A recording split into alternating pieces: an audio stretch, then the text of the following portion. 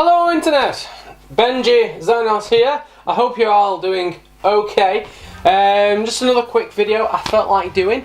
This one is actually inspired by a birthday present I just received off my mum. It's actually my birthday. I'm 30 years old. I'm old, I know. Well, basically she got me a really nice gift for my birthday, and it was the Legend of Zelda wired controller by PowerA. And what it got me thinking about was, what is my favourite controller of this generation of consoles? So I thought I'd do a little video on what my favourite one is. I've got a selection here of I've got the Xbox One controller, the PlayStation 4 controller, Nintendo Switch Pro Controller wireless, Nintendo Switch Pro Controller wired, and obviously also the Joy-Cons as well. So I'll start off with the first console I got of this generation, which is the PlayStation 4 controller. This was the first console I got this generation. I got it for Christmas a couple of years ago, obviously. This controller is decent. It's got me by for the first couple of years of gaming. Now, a lot of people prefer this layout to the sort of the Xbox layout or the asymmetrical layout, whichever it is. Yeah, I'm not keen on this layout. It does, for me, it doesn't feel natural when I've got my thumbs in that lower down position. For me, it feels like my thumbs need to be higher. You know, it's the D-pad is in the primary location position where I think the analog stick should be. Touchpad is just wasted. It's not used. It's not utilised. The first couple of games kind of had a use for it, but it's just a glorified start button, really. The light bar is cool. I guess, you know, some games is pretty awesome when you go into certain areas, and like I remember in Destiny, there's when you go in the cave and your light comes on, so this flickers on, which is great, but the battery life on this thing sucks. It's so awful. I mean, I know they added a patch where you can dim the light, and I've got my light on the lowest setting. I prefer having it on a little bit, so I've got it on low. But even then, the battery life sucks. I've got two of these controllers. I often find when I'm playing single player long session like Dragon Quest XI or Ni no Kuni 2, I often find I'm having to switch between the two controllers because the power just doesn't last. So yeah, this isn't my favourite of this generation. So after the PS4, I got my Xbox One. Whee! And this is a much better controller than the PlayStation 4 one. The analog sticks are in the right position for me. I feel, you know, normally it's one thumbs up and one thumbs on your buttons. It just feels more natural. Your thumb is in the prime position on that analog stick.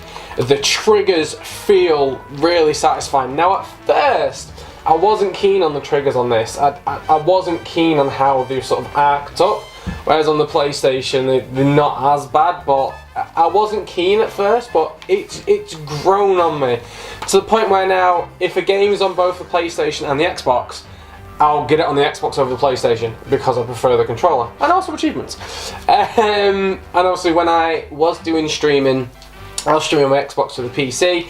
This connects to your PC so easy, so quick. Obviously it should do because it's Windows, Microsoft, and it just works like it should do. It feels good in the hand. The buttons feel nice. Nice subtle glow on the Xbox button itself. It's a shame it's has batteries, but I have a rechargeable battery pack in it. This does last a lot longer. The batteries last longer than the rechargeable battery pack, but this does last alright. I can get through a heavy gaming session most of the time seamlessly. Every now and then I do have to plug it in just to give it that little bit of an extra charge, but yes. Other than that, this is my second favourite one, and it's obviously the second one that I got. Now, my favourite controller of this generation is the Joy-Cons. No, it's not. These things aren't very good. I've got the Let's Go Pokemon Special Edition on the Switch. I did have the standard one, but I upgraded to the Special Edition. So obviously this is the Eevee one, and this is the Pikachu one. Now the Joy-Cons do have some cool uses. I do like that they do bundle it with this. and you can use it as more as like a traditional controller. Obviously the main thing with the Joy-Cons is that you can use them in either hand. That's really cool. You can use them on the side as like that, so you are getting two controllers when you buy a Switch, and obviously they do have the slides that go on it with the grip and the better buttons, and they're okay. They do the job. And for the first couple of weeks of having my Switch, they were fine. I played the majority of Legend of Zelda Breath of the Wild with these bad boys. I used to play it with one in each hand. I found that was more comfortable, and that's one benefit of the Joy-Cons. You can sort of sit back and have your arms crossed or open or whatever, and they are quite comfortable in that regards. Button layout wise, they work okay, but as soon as I could, I got a Pro Controller for the Switch, which is this one, my Xenoblade Chronicles 2 Pro Controller. And I absolutely love this thing! This is my favourite controller at the moment, by far! The layout feels amazing. I love the colour on the back and the accent on the front, and the fact that it's got the cross on it from Xenoblade Chronicles 2 is amazing. It also kind of looks part like it's Super Smash Bros., which is pretty cool. But no, this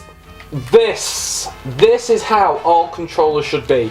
The analog sticks feel fantastic, they've got good movement, the click in the analog stick is very satisfying, the press of the triggers is fantastic. Obviously the benefit this has got on the triggers is on the PlayStation and Xbox, the triggers are analog, so they do have a little bit of travel, so obviously you've got slightly different pressure on it.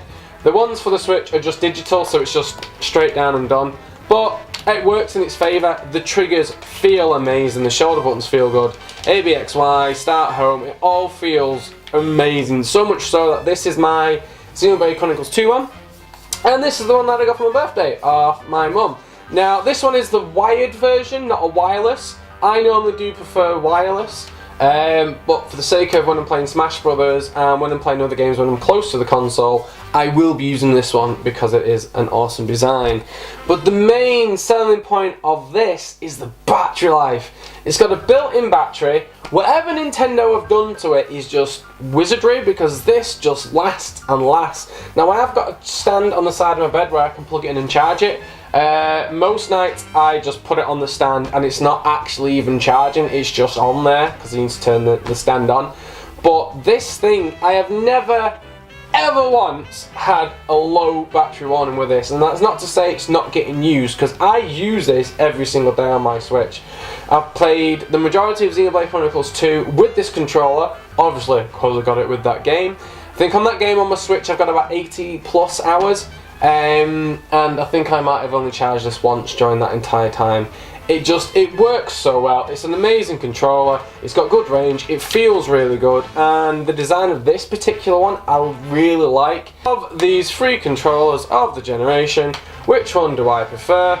It is easily the Nintendo Switch controller, because it just feels the best, it plays the best, and the battery life is mwah! But anyway, that's my thoughts and opinions on the controllers of this generation's machines. Which one do you prefer? Have you only got the one console?